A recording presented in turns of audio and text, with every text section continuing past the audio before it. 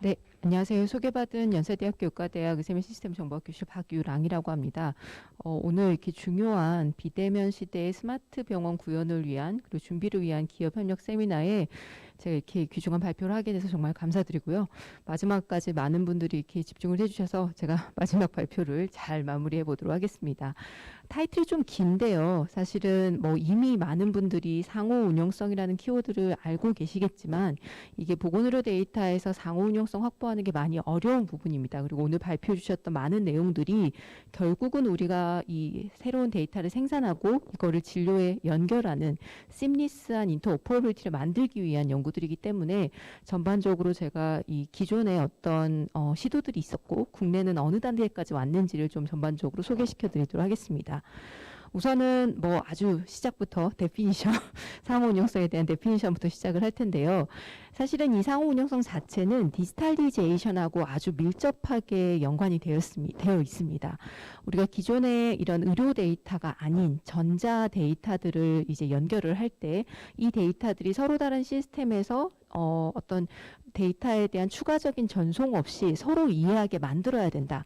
그게 상호 운용성의 기본 개념이고 기존에 우리가 의료 환경에서는 상호 운용성이 그렇게 중요하지 않았습니다. 각각의 기관에서 환자에 대한 치료에 집중을 했지 이 데이터를 재사용한다던가 진료정보 교류를 한다던가 서로 다른 디파트먼트가 이걸 같이 환자를 본다던가 이런 시도들이 별로 없었는데 최근에는 이런 표준화를 하겠다, 상호 운용성을 확보하겠다는 것 자체가 우리가 생산한 보건의료 데이터에 대한 활용과 적용이 정말 중요해지고 있다라는 하나의 반증이라고 볼 수 있습니다. 근데 이런 죄송합니다. 저희가 가지고 있는 보건의료의 데이터의 특징을 조금 말씀을 드리면 이게 여러 이제 앞서 연자분들이 말씀하셨지만 개인이 라이프로그 형태로 개인이 인디비주얼 케어를 위해서 수집할 수도 있고요. 병원에서 이 환자에 대한 진단과 치료를 목적으로 수집할 수도 있고 국가 차원에서 암등록센터에서 아니면 공단에서 이 데이터를 국가의 정책을 만들기 위해서 데이터를 수집할 수 있습니다. 그렇지만 이 모든 데이터는 모두 다 의료 데이터고 이 개인에서부터 국가 단위로 올라가는 아니면 뭐 국제적으로 사용하는 측면에서 봤을 때 이 모든 데이터가 연결이 돼야 된다. 그리고 이게 미닝이 연결이 돼야 된다는 게 기본 개념이라고 볼 수 있습니다. 그러면 이런 상호 운용성을 하는 기본 코어의 개념은 저희는 표준화라고 이야기를 하고 있습니다. 근데 저희가 이런 의료 데이터에서의 표준화라고 정의된 어떤 그 리스트를 한번 이 그림에서 한번 보여드렸는데요.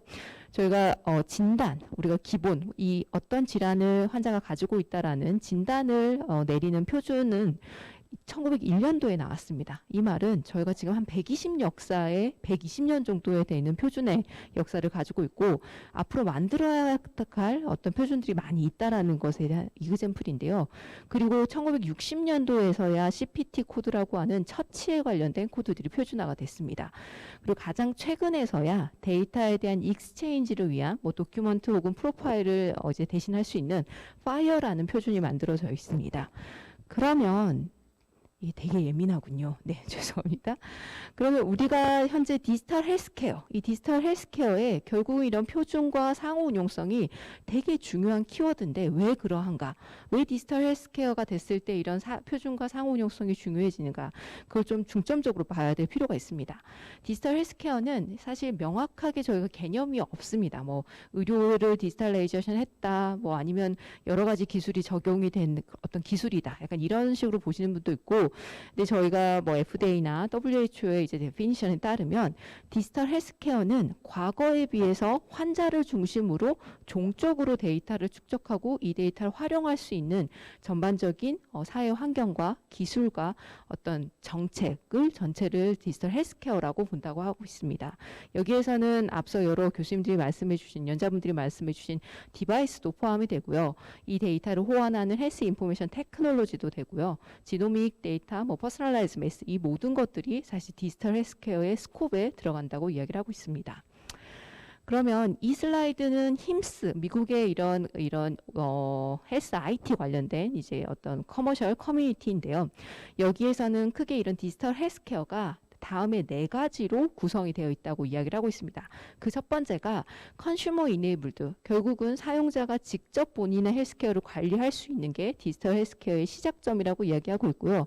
그렇게 수집된 데이터를 가지고 본인의 건강 혹은 의료를 프리딕터블 할 수 있는 그런 기능을 프리딕티브 어널리시스, 두 번째 이제 코어 디멘전이라 얘기하고 있고요. 세 번째는 이렇게 만들어진 컨슈머 이네이블드 헬스케어와 이런 프리딕티브 어널리시스가 실제로 현재 현황 의료에서 적용이 되려면 어떤 주체에 의해서 어떤 정책에 의해서 거버넌스와 워크포스가 만들어져야 된다고 얘기하고 있습니다. 그리고 마지막이 이렇게 만들어진 데이터들을 실제로 환류하기 위해서는 인터오퍼러빌리티가 확보돼야 된다고 이야기를 하고 있습니다. 예제를 가지고 좀 설명을 드리겠습니다. 제가 아주 좋아하는 이런 연구입니다. 의료정보학회, 미국의 의료정보학회에서 2016년도에 발표된 논문입니다. 그림을 보시면은 소아 일형 당뇨 아이들한테 덱스콤이라고 하는 글루코즈 모니터링 장비를 이때 당시에 이제 아동들한테 이제 패치를 나눠주었고요. 이 덱스콤에서 수집된 글루코즈 값을 애플의 헬스키티라고 하는 API를 통해서 에픽이라고 하는 EMR 솔루션에 전달을 합니다. 그러면 스탠포드에 근무하고 있는 피지션들이 에픽에 있는 EMR 데이터를 보고 이 환자가 이 아이가 지금 집에서 잠을 자고 있는 게 아니라 슈가쇼크 온 거구나 라는 어떤 프리딕티브 데이터를 확보하게 되고 그걸 통해서 실제로 아이들에 대한 어떤 건강 지수가 엄청나게 좋아졌다라는 리포트가 나왔습니다. 첫 번째는 컨슈머 이네이블드입니다. 보호자가 혹은 아이가 직접 본인의 글루코즈 모니터링을 함으로써 훨씬 더 기존보다 본인의 건강에 대한 관리와 또 위험도가 낮아지는 약간 측면이 있었고요. 두 번째는 이 덱스콤에서 만들어진 데이터부터 에픽에 전달돼서 피지션이 보는 이 모든 프로세스가 우리가 추가적으로 누군가 휴먼이 개입을 한다던가 아니면 추가적인 정보가 있어서 되는 게 아니라 심리스하게 인터오퍼러빌리티 되어 있다는 예제입니다. 세 번째는 이렇게 만들어진 데이터를 가지고 이 아동이 하이리스크 아동인지 아니면 이 아동이 몇 시간 있다가 슈가쇼크 올지 말지 이런 것들을 예측을 함으로써 하나의 어떤 리스크를 예측하고 관리할 수 있는 정말 중요한 이제 시스템을 개발했는데요. 마지막에 이제 거버넌스하고 워크포스는 이거는 미국의 ADA라고 해서 이런 다이어베틱 케어 관련된 가이드라인을 만드는 기구입니다. 여기에서 2020년에 다음과 같은 이제 리포트가 나왔습니다. 여기에서 어떤 말이냐면 컨티뉴어스 글루코즈 모니터링은 모든 당뇨 환자들의 건강 관리를 하는데 아주 도움이 되기 때문에 should be used 해야 된다라는 가이드라인이 나왔고 실제로 미국 혹은 한국에서도 이미 많은 당뇨 환자들이 컨티뉴어스 글루코즈 모니터링을 가지고 본인에 대한 건강 관리를 하고 있는 단계에 넘어왔다고 보시면 됩니다. 결국은 이런 디지털 헬스케어는 단순히 데이터 표준화만 해서 다 이루어지는 게 아니라 물론 데이터 표준화가 그것의 시발점이 될 수는 있지만 이것들을 실제로 적용하고 환자가 사용하고 그리고 이게 정말 다양한 넓은 범위에 적용이 되려면 거버넌스나 이런 부분이 다 같이 그리고 상호 운영성까지 다 확보가 돼야지 진행이 된다고 볼 수 있을 것 같습니다. 그래서 이 힘스에서 마지막으로 이제 나온 그림은 거버넌스가 마지막 밑에 단을 채워주고 이 인터오퍼러빌리티를 통해서 데이터 확보가 심리스하게 연결이 되고 이 확보된 데이터를 가지고 실제로 환자나 케어에 대한 프리딕션을 하고 또 이게 환자가 직접 사용함으로써 이런 디지털 헬스케어 생태계가 만들어질 수 있다라고 제안을 하고 있습니다. 그러면 이 하나의 예제를 보고 말씀을 드렸는데요. 그럼 국외에서는 이런 상호 운용성을 확보하기 위해서 어떤 정책을 가지고 있느냐? 앞서 그 ONC와 여러 가지 이제 정책들에 대해서 얘기를 해주셨는데요. 그걸 조금 제가 정리해서 말씀을 드리도록 하겠습니다. 우선은 미국, 영국, 호주 모두 다 인터오퍼러빌리티는 아주 중요한 개념이고 이런 보건의료 영역에서는 우리의 데이터 활용이라던가 환자의 케어에 필수적인 내용이라고 이야기를 하고 있습니다. 그래서 이런 인터오퍼러빌리티를 하는 가장 첫 번째 이유는 기존에 비해서 훨씬 이걸 인터오퍼러빌리티를 확보했을 때 평생 건강 관리라던가 이런 개인에 대한 건강에 대한 의사결정 그리고 만성질환 환자들의 자기 관리 이런 부분에서 훨씬 더 기존보다 더 나은 어떤 하나의 대안이라고 보기 때문에 진행을 하였고요.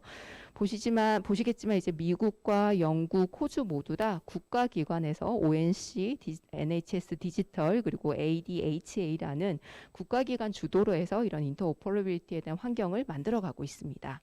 그리고 이런 상호형성에 대한 전략 또한 이런 그 표준화에 대한 전략과 실제 산업체와 같이 상용화를 하는 전략을 동시에 가져가고 있습니다. 모든 미국, 영국, 호주 모두 다 동시에 가져가고 있고 기본적인 의료 데이터의 이동권 또한 개인에 대한 승인 혹은 인증을 통해서 동의를 통해서 데이터를 넘어가는 구조를 제안을 하고 있습니다. 미국을 중심으로 조금 더 자세히 설명을 드리면 미국은 이런 그 2009년도에 하이테크 액트라는 법을 통해서 우리가 가지고 있는 의료 데이터를 수집할 수 있는 프로세스를 조금 더 높여보자, 퀄리티를 높여보자라는 의미에서 미닝풀 유즈 오브 EHR을 2011년도에 시행하고요.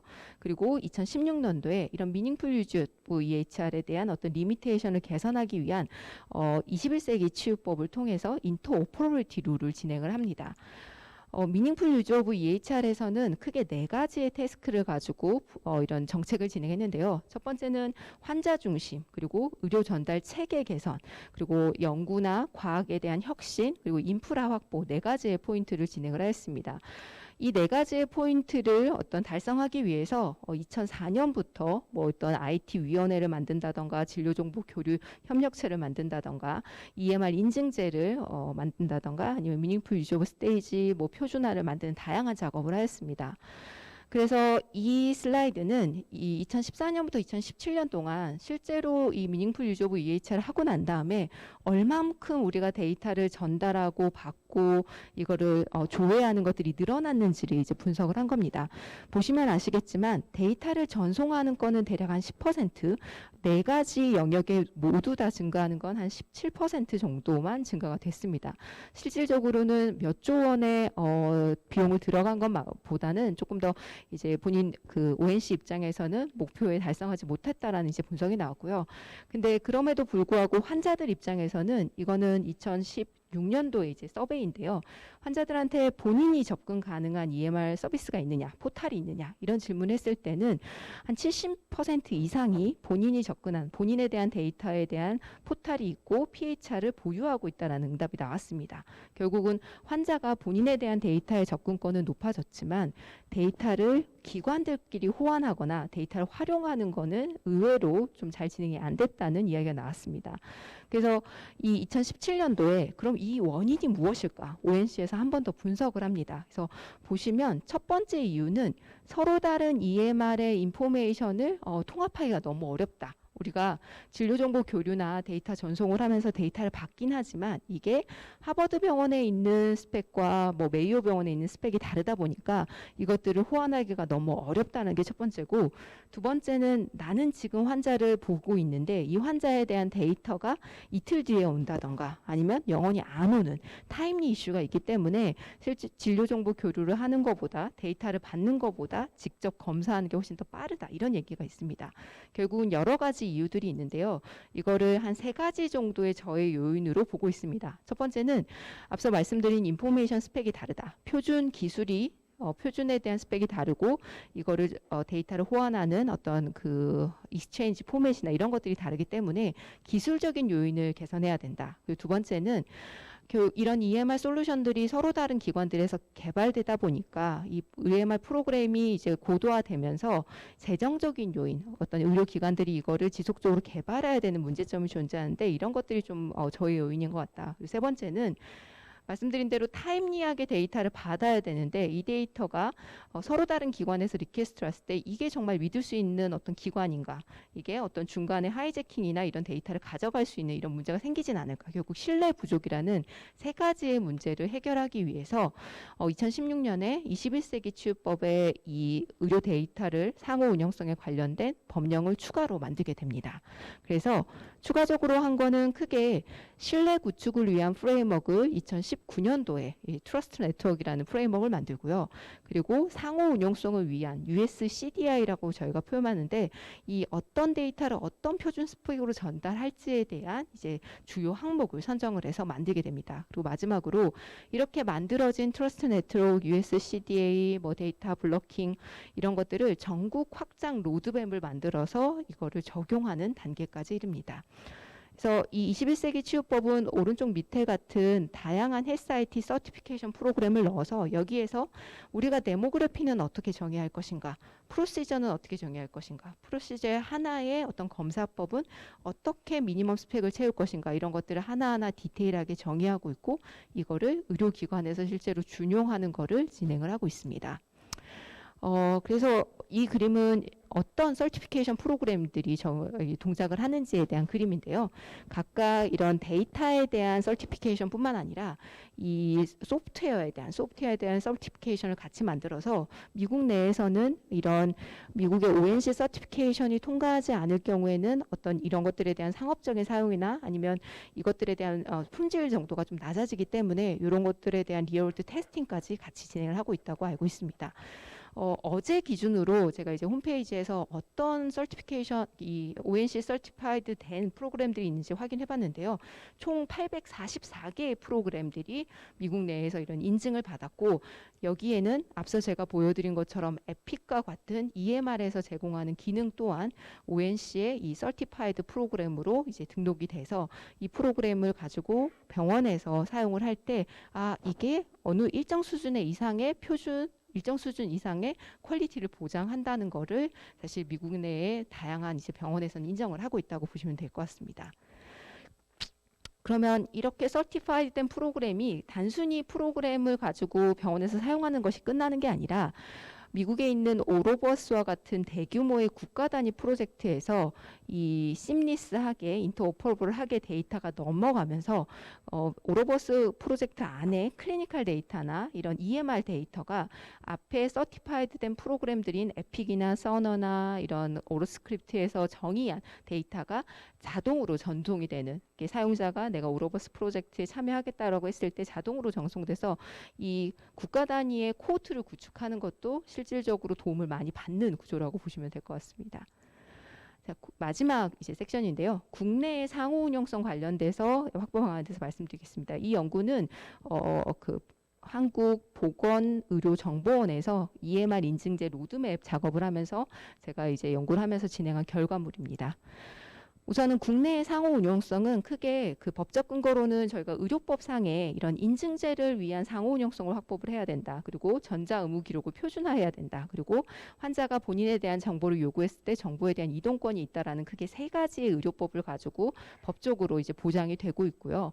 현재 상호 운용성을 위한 인증 거버넌스는 이런 그 복지부의 보건의료 정책과라던가 자문위원회, 정보원, 심사평가원이 각각의 역할을 가지고 이 데이터에 대한 상호 운용 성에 대한 어떤 그 정책을 만들어가고 있다고 보시면 됩니다. 현재 그 전자의무 기록 인증제가 이제 저희가 국내가 지금 시행이 되고 있고요. 제품 인증과 사용 인증 두 가지에 대해서 현재 인증 대상이 되고 있습니다. 여기에서 저희가 상호 운용성 같은 경우는 10개 항목 정도만 존재하고 있는데요. 여기서 보시다시피 교류 환자 종이라든가 교류 보안, 교류 영상 정보와 같은 진료 정보 교류에 국한돼서 상호 운용성에 대한 항목이 EMR 상에서 저희가 이제 검토가 되고 있는데요. 사실 이 부분이 우리가 궁극적으로 이런 데이터를 활용하는 환자에 대한 접근권을 보장하는 범위까지의 상호 운용성으로 충분한가 이런 것들을 개선하는 방향으로 해서 저희는 연구를 진행하였습니다. 항목이나 전송 보안 같은 경우는 오른쪽과 같은 이런 그 데이터에 대한 일부 데이터, 뭐 이렇게 영상 데이터, 그리고 서머리 데이터 이런 류의 데이터만 현재 전송을 하고 있고요. 현재는 이게 필수가 아닌 선택 항목으로 지정이 되어 있습니다.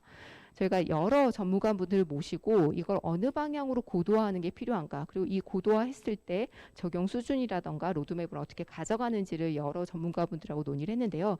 첫 번째는 현재의 상호 운용성은 진료정보 교류에 국한되어 있기 때문에 이게 타 국가처럼 연구라던가 상업적인 목적으로 가려면 결국 항목 단위의 이런 그 표준화 혹은 항목에 대한 스페시피케이션이 필요하다는 게 공통적인 의견이었고요.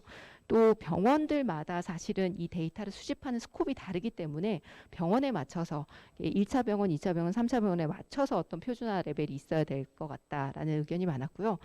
이 고도화나 로드맵 측면에서 봤을 때는 인증 레벨을 좀 나눠서 하는 것과 그 진료정보 교류의 목적과 연구의 목적 그리고 국가기관 연계의 목적 서로 다른 목적에 부합하는 항목을 나눠서 운영관리해야 된다는 의견이 많이 나왔습니다. 그리고 결국은 EMR 인증제 혹은 이런 헬스 IT 인증제를 통해서 상호 운용성을 확보하려면 이해관계자의 참여가 중요하다라는 의견이 많이 있었고요. 그리고 인력 지원과 인센티브와 같은 국가가 지원하는 영역이 명확하게 나와야 된다는 의견이 많이 있었습니다. 결과입니다. 저희가 크게 이런 전자의무기록 인증 시스템은 제품 인증, 사용 인증, 자체 개발 이 세 가지 영역에 나눠서 저희가 어떤 류의 인증을 할지에 대한 범위를 잡았고요. 그 중에서도 저희가 상호 운영성은 as is to be로 보시면 기존의 진료정보 교류에서 끝나는 것이 아니라 진료정보 교류는 기존보다 훨씬 더 보완적인 측면을 더 강화하고 정보 제공 및 연계라는 새로운 항목과 그리고 표준 관리라는 새로운 항목을 저희가 제안을 했습니다. 정보 제공 연계 같은 경우는 환자가 본인의 정보를 연계할 수도 있고요. 공공기관과 정보를 연계해야 되는 경우가 있습니다. 그래서 이 영역을 나눠서 저희가 필수 항목을 정의하였고 표준관리 같은 경우는 기존에 저희가 EMR에서 묵시적으로 표준 용어를 사용해야 된다 이렇게 되어 있는 거를 명확하게 어떤 용어를 어느 도메인에 써야 되는지 표준 용어, 서식 항목을 나눠서 제안을 했습니다. 각각을 좀 상세 내용을 보여드리면요. 이거는 교류 부분입니다. 기존에 한 10개 정도의 항목에서 추가로 저희가 이런 생성 조회에 관련된 교류 진료 정보라던가 교류 보안이라던가 그리고 프라이버시 혹은 이제 교류 예외 조건에 대한 것을 신규로 생성을 하였고요. 그리고 정보 연계 부분은 기존의 공공정보 연계와 환자 정보 연계 두 가지만 있던 것을 저희가 공공정보 연계에는 감염병이나 마약류 그리고 이제 환자 정보 제공 같은 경우는 환자가 본인이 접근할 수 있는 임상 기록이라던가 환자가 생산한 페이션트 제너레이티드 헬스 데이터도 이제 연계하는 그림으로 제안을 드렸습니다. 마지막입니다. 저희가 표준 용어하고 표준 서식은 기존의 EMR 인증제에서는 전혀 고려되어 있지 않은 항목이라서 용어, 서식, 항목을 나눠서 이런 항목 인증 기준을 만들고 제안을 드렸습니다. 결과적으로는 저희가 스테이지별로 봤을 때 이런 그 EMR 유형별로 나눠서 유형별 그리고 스테이지별로 나눠서 저희가 EMR 인증제를 상호 운영성을 확보할 수 있는 걸 제안을 드렸고요. 크게 이런 상호 운영성 발전 방향으로는 거버넌스와 항목과 검증 방안, 기술 네 가지에 나눠서 5개년, 10개년의 제안을 드렸습니다. 그래서 거버넌스 같은 경우는 현재 국내는 여러 이제 주체들 아까 복지부, 공단, 심평원, 정보원 이 네 가지 영역이 이제 섞여서 어떤 거버넌스를 만드는 체계인데 해외에서처럼 ONC나 NHS 디지털과 같은 주체가 되는 기관이 명확하게 만들어주고 그걸 통해서 이런 스펙을 했을 때 훨씬 더 잘 적용이 될 것 같다라는 이제 제안을 드렸고요. 항목이나 서식 또한 저희가 기존에 병원에서 생산되는 것뿐만 아니라 이런 환자가 직접 생산하는 거나 산업체를 통해서 만들어진 데이터 또한 호환될 수 있게끔 같이 제안을 드렸습니다. 저희가 기존의 EMR들은 사실은 이런 데이터를 사용하고 수집하고 저장하고 공유하는 체계를 가지고 진행을 했는데요. 저희가 현재 많은 EMR뿐만 아니라 뭐 AI, 클라우드, IoMT, 웨어러블 디바이스, 뭐 데이터 웨어하우스, 뭐 페더레이트 러닝 다양한 기술들이 도입되는 것에 비해 기존의 EMR은 이 의료 데이터를 수집하는 것 이외에는 활용이 되지 않고 있어서 이런 것들을 전반적으로 연결하고 활용될 수 있는 디지털 헬스케어에 대한 어떤 그 기반이 되는 근본이 되는 상호 운용성을 어떻게 준비할지에 대한 이제 말씀을 드렸습니다. 네, 발표는 여기까지입니다.